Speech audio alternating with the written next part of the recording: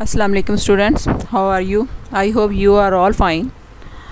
As you all know that yesterday we started our lesson number 3, Dark Tewar and Golden Night, written by Ray Bradbury.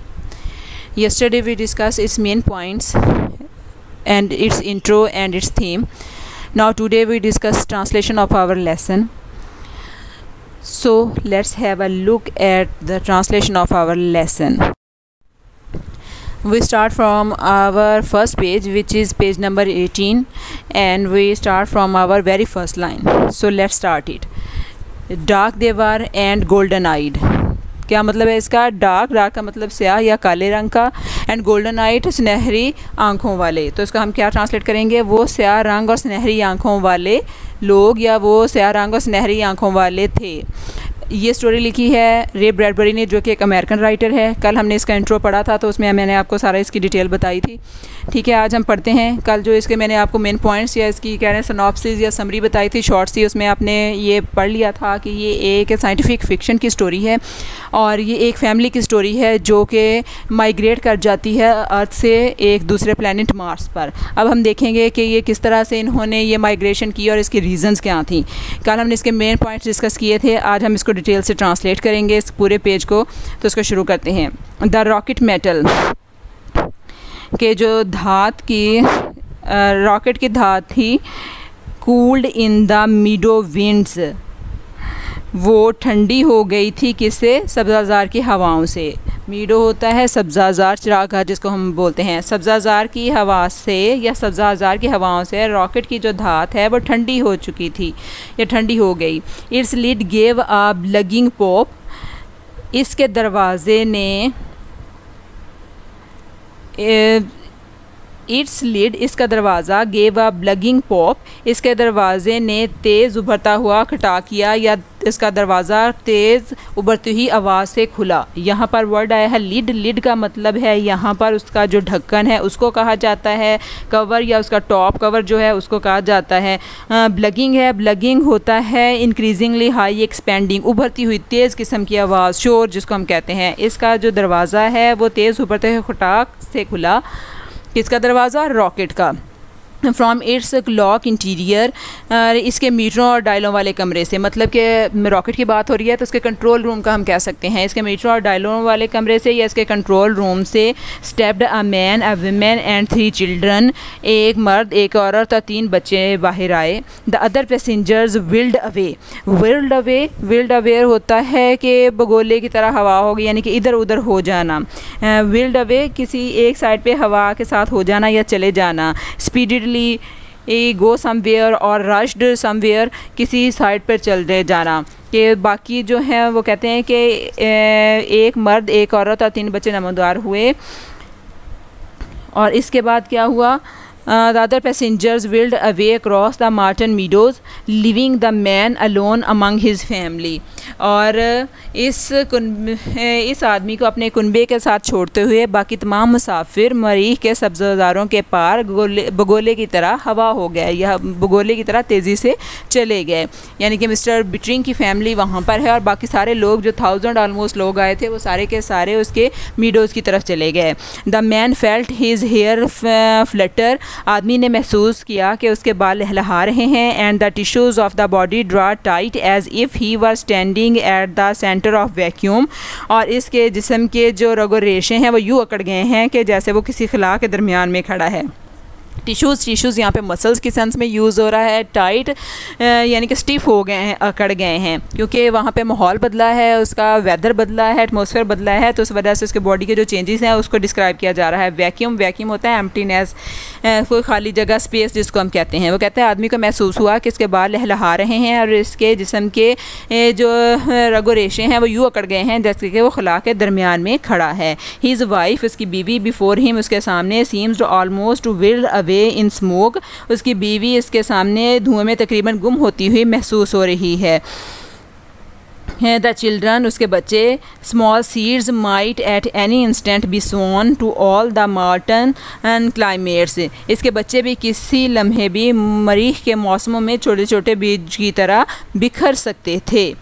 Seeds किसी चीज़ के बीज को कहते हैं। यहाँ पर उन्होंने उसको बताया है कि उसके बच्चे जो हैं इतने छोटे छोटे लग रहे थे वहाँ पे कि वो मरीख के मौसम में छोटे छोटे बीजों की तरह इतनी तेज़ हवा में कहीं भी बिखर सकते थे। क्लाइम मतलब वेदर की बात हो रही है, क्लाइमेट की बात हो रही है, ठीक है। The children looked up at him, बच्चों ने ऊपर मुँह उठाकर उसे देखा। As people look to the sun to tell what time of life it is, ऐसे देखा, बच्चों ने ऊपर मुँह उठाकर उसे ऐसे देखा जैसे सूरज को देखकर ये लोग बताते हैं कि क्या वक्त हुआ है। हिज फेस वाज कोल्ड, उसका चेहरा जो है वो जज्बात से आ रही था। कोल्ड सपाट था, यानी कि कोई फीलिंग शो नहीं हो रही थी उसके ऊपर। व्हाट्स रॉन्ग, क्या गड़बड़ है या क्या माजरा है, आस्क्ड हिज वाइफ, उसकी बीवी ने पूछा। Let's go back on the rocket, आओ रॉकेट में वापस चलें। गो बैक टू अर्थ, क्या ज़मीन पर लौट चलें। येस लिसन, हाँ सुनो, गौर से सुनो। लिसन गौर से सुनने को कहते हैं। The wind blew as if to flake away their identities, हवा इस ज़ोर से चल रही थी कि उनके चेहरे को बिगाड़ सकती थी या उनकी शनाख्त को, आइडेंटिटी उनकी शनाख्त को बिगाड़ सकती थी। यानी कि हवा जो है वो बहुत ज़्यादा तेज़ चल रही थी और वो इस तरह से चल रही थी कि उनके शनाख्त को जो है वो तबाह बर्बाद कर देगी, बिखेर देगी। At any movement the Martian air might draw his soul from him as marrow comes from white bones, वो कहता है कि किसी भी लम्हे मरीख की हवा इसके दिल से इसकी रूह को ऐसे निकाल सकती थी जैसे सफ़ेद हड्डी से गूदा निकलता है। एट एनी मोमेंट, किसी भी लम्हे, द मार्टिन एयर, मरीखी हवा, might draw his soul from him, उसके रूह को निकाल सकती थी उसके जिस्म से। एज मैरो, जैसा कि गूदा, comes from a white bone, किसी सफ़ेद हड्डी से गूदा निकलता है। यानी कि हवा इतने ज़ोर से चल रही थी, वो उसकी मिसाल दे रहा है। He felt submerged in a chemical that would resolve his intellect and burn away his past, वो कहता है उसे ऐसा लगा कि वो किसी कीमियाई मादे में गर्क है जो इसके सोचने समझने की सलाहियत को ख़त्म कर दे या इसकी याददाश्त को भी जलाकर ख़त्म कर दे। They looked at Martin Hills that time had worn with crushing pressure of years, उन्होंने मरीख की पहाड़ियों को देखा। They looked at Martin Hills, उन्होंने मरीख की पहाड़ियों को देखा। That time had worn with a crushing pressure of years, जिनको गर्दिश दौरा की शिकस्त व रेख के सबब जो कि टूट फूट का शिकार हो चुकी थीं। वॉन होता है टूट फूट का शिकार होना, ब्रोकन। क्रशिंग तबाह बर्बाद, स्मैशिंग जिसको हम कहते हैं। और प्रेशर होता है किसी चीज़ का वेट या किसी चीज़ का दबाव जो किसी शिकस्त रेख के सबब के बायस टूट चुकी थी। They saw the old cities lost in their meadows, उन्होंने इन कदीम शहरों को देखा जो अपनी चरागाहों में मादूम हो चुके थे। लॉस्ट गुम हो चुके थे, मादूम हो चुके थे। Lying like children's delicate bones among the blowing lakes of grass, और जो लहलहाती घास की झीलों में बच्चों की नरम नाजुक हड्डियों की तरह पड़े हुए थे। चिन अप, खुश हो जाओ हैरी, चिन अप होता है खुश हो जाना, बी चेयरफुल, हैरी खुश हो जाओ। सेड हिज वाइफ, उसकी बीवी ने कहा।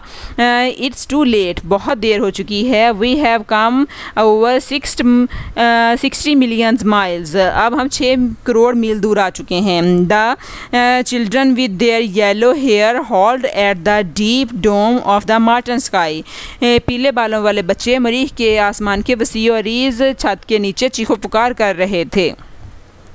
There was no answer but the racing hiss of wind through the stiff grass, सख्त अकड़ी हुई घास में से गुजरती हुई तेज़ हवा की सनसनाहट के सिवा कोई जवाब ना सुनाई दिया।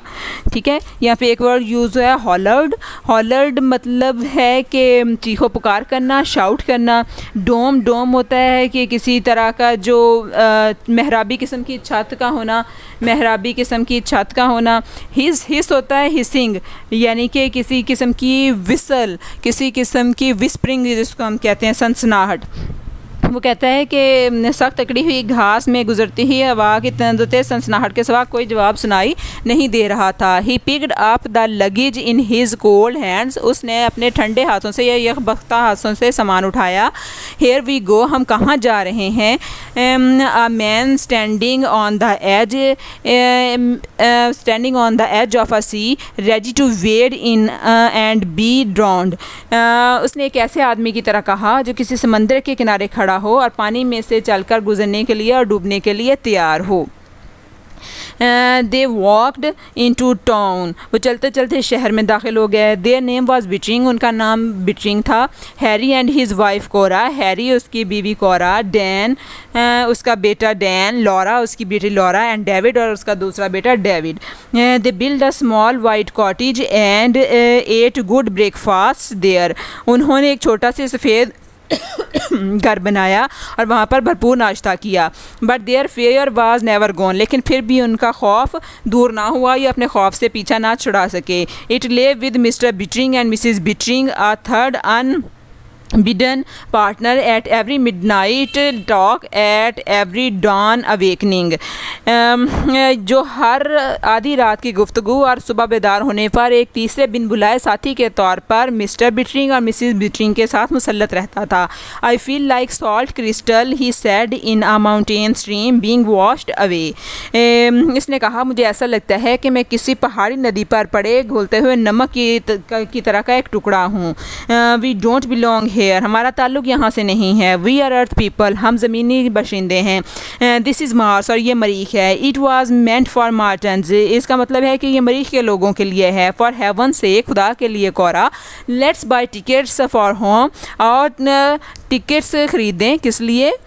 अपने घर के लिए। आओ कोरा घर के लिए टिकट्स ख़रीदें, मतलब कि वो वहाँ पहुँच गया है लेकिन अभी भी वो वहाँ पर रहने के लिए रजामंद नहीं है और अपनी बीवी को कन्विंस कर रहा है कि हम अपने घर वापस चलें। अब देख लें इसके आज के सिनोनिम। तो इसके सिनोनिम में पहला हमारे पास वर्ड है लिड। लिड जैसा कि हम ट्रांसलेशन करते हुए मैंने आपको बताया किसी चीज़ का ढक्कन या किसी चीज़ का दरवाज़ा है। कवर हम इसको कह सकते हैं। ब्लगिंग, ब्लगिंग का मतलब होता है उभरती हुई तेज़ चीज़। स्वेलिंग कह सकते हैं, एक्सपेंडिंग कह सकते हैं। इसके बाद है पोप। पोप का मतलब होता है बहुत ज़ोर से चिटाकदार आवाज़ आना, बैंग या क्रैक। इसके बाद है वर्ल्ड अवे। वर्ल्ड अवे होता है हवा के भगोले की तरह उड़ा कर ले जाना, स्पीटेड या रश्ड इसको हम बोलते हैं। इसके बाद नेक्स्ट है टिश्यूज़। टिश्यूज़ नेक्स्ट है मसल्स।